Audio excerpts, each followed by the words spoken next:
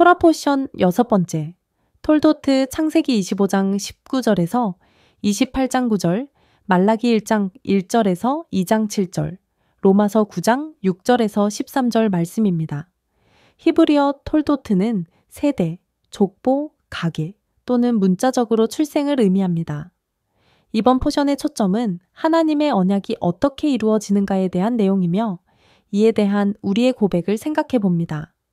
이삭은 60세가 넘어서 에서와 야곱을 얻습니다. 창세기 1장에서 주님은 인류에게 생육하고 번성하라고 하십니다. 하지만 아브라함도 이삭도 늦은 나이에 약속의 자녀를 얻게 됩니다. 리브가가 결혼한 지 19년이 지나도록 아이가 없자 그녀는 이삭에게 자녀 없음에 대한 불안을 이야기합니다. 그래서 이삭은 주님께 심각하게 기도하며 간구합니다. 그리고 리브가가 쌍둥이를 임신하게 됩니다. 쌍둥이를 임신한 리브가는 뱃속에 있는 아이들이 심상치가 않음을 알아차립니다. 그들은 뱃속에서부터 싸웠고 그들의 어머니를 불안하게 만듭니다. 이에 리브가는 주님께 기도하고 주님의 계시를 받습니다. 창세기 25장 22절에서 23절 말씀입니다. 그 아들들이 그의 태 속에서 서로 싸우는지라 그가 이르되 이럴 경우에는 내가 어찌할꼬 하고 가서 주께 묻자온대 주께서 그에게 이르시되 두 국민이 네 태중에 있구나. 두 민족이 내 복중에서부터 나누이리라. 이 족속이 저 족속보다 강하겠고 큰 자가 어린 자를 섬기리라. 이것은 에서와 야곱이 세상에 태어나기 전에 정해진 운명입니다. 로마서 9장 11절에서 13절 말씀입니다. 그 자식들이 아직 나지도 아니하고 무슨 선이나 악을 행하지 아니한 때에 택하심을 따라드는 하나님의 뜻이 행위로 말미암지 않고 오직 부르시는 이로 말미암아 서게 하려 하사 리브게에게 이르시되 큰 자가 어린 자를 섬기리라 하셨나니 기록된 바 내가 야곱은 사랑하고 에서는 미워하였다 하심과 같으니라. 주님께서 야곱은 사랑하고 에서는 미워하신다는 말씀의 뜻은 에서를 정말로 미워하신다는 의미가 아닙니다. 히브리적인 관점에서 이것은 언약 관계에서의 우선순위를 말합니다. 비록 에서는 장자권의 축복을 받지는 못했지만 당대에 12아들을 낳고 거부로 살면서 인생을 마감합니다. 다만 하나님께서는 언약의 관계에서 야곱을 선택하신 것입니다. 리브가는 분명 주님으로부터 야곱이 약속의 자녀라는 계시를 받았지만 사라와 동일한 실수를 범합니다. 약속을 인내로 기다리지 못하고 인간의 지혜로 이루려고 시도합니다. 사라가 하갈을 통해 이스마엘을 낳은 것처럼 리브가는 이삭을 속여 야곱이 축복을 받도록 합니다. 이것은 인간의 계략이고 주님 또한 기뻐하지 않으시는 방법입니다. 결국 야곱은 거짓말로 이삭을 속이고 장자권의 축복을 받습니다. 그 결과 야곱은 형에게 미움을 받게 됩니다. 그리고 고향을 떠나야 하는 고난을 경험하게 됩니다. 왜냐하면 에서가 야곱을 죽이려는 마음을 품기 때문입니다. 그럼 언약의 관점에서 야곱과 에서를 비교해 보겠습니다. 에서는 먼저 장자권을 가볍게 생각합니다. 당장 장자권은 에서에게 눈에 보이는 유익을 가져다 주지 못합니다. 장자권은 언약의 관계에서 이해되어져야 합니다. 하지만 에서는 장자권을 가볍게 여겨 야곱에게 팔아버립니다. 아마도 야곱은 어머니 리브객에서 자신에 관한 주님의 계시를 들었을 것입니다. 그리고 장자권에 대해 각별히 생각합니다. 이후 기회가 생겼을 때 야곱은 에서에게 장자권을 사고 싶은 의사를 표현합니다. 이때 에서가 하나님을 두려워하고 언약의 축복이 무엇인지 범사에 생각했더라면 장자권을 팔지 않았을 것입니다.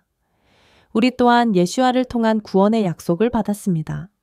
하지만 우리도 에서와 같은 중대한 실수를 할 수 있음을 늘 인식하며 살아가야 합니다. 히브리서 2장 2절에서 3절 말씀입니다. 천사들을 통하여 하신 말씀이 견고하게 되어 모든 범죄함과 순종하지 아니함이 공정한 보응을 받았거든. 우리가 이같이 큰 구원을 등한히 여기면 어찌 그 보응을 피하리요. 이 구원은 처음에 주로 말씀하신 바요. 들은 자들이 우리에게 확증한 바니 아직 우리의 구원은 완전히 이루어지지 않았습니다. 구원은 여전히 현재 진행형입니다.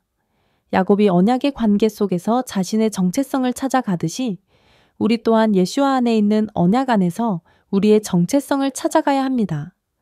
구원은 한 번에 얻어지는 것이 아니라 평생 동안 이루어가는 것입니다. 내가 예수와로 구원받았다는 믿음이 있다면 그 믿음대로 살아가야 합니다.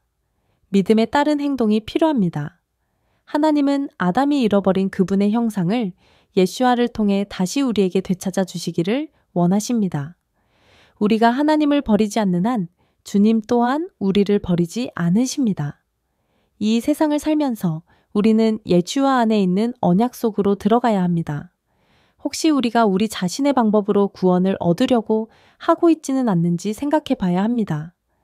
야곱은 자기 자신이 언약의 관계에 있음을 알고 그것을 구하고 찾으려고 애씁니다.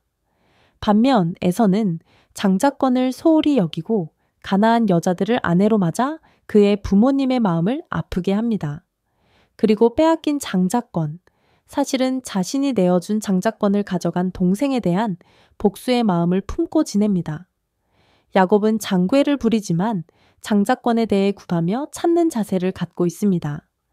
야곱이 장자권을 구하며 찾았듯이 우리는 예수와를 통한 구원이 무엇인지 알기를 원하며 구하고 찾아야 합니다. 야곱은 이삭으로부터 장자권의 축복을 받을 당시에 장자권이 무엇인지, 그것이 무엇을 의미하는지 정확히 알지 못했습니다. 그 이후 야곱은 장자권의 권리를 찾아 신앙의 여정을 떠나게 됩니다.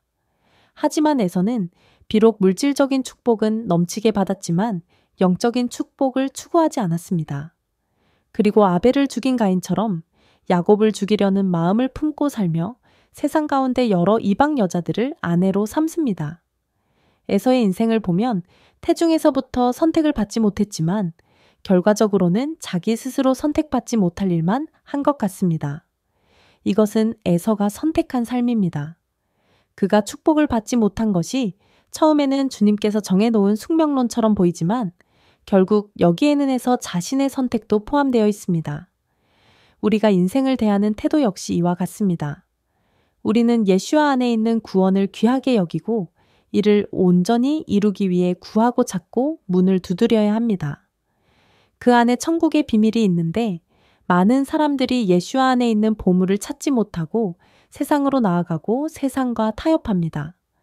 주님의 언약의 계보에 속하기 위해 우리는 야곱처럼 끈기 있게 하루하루 구원의 여정을 걸어가야 하겠습니다.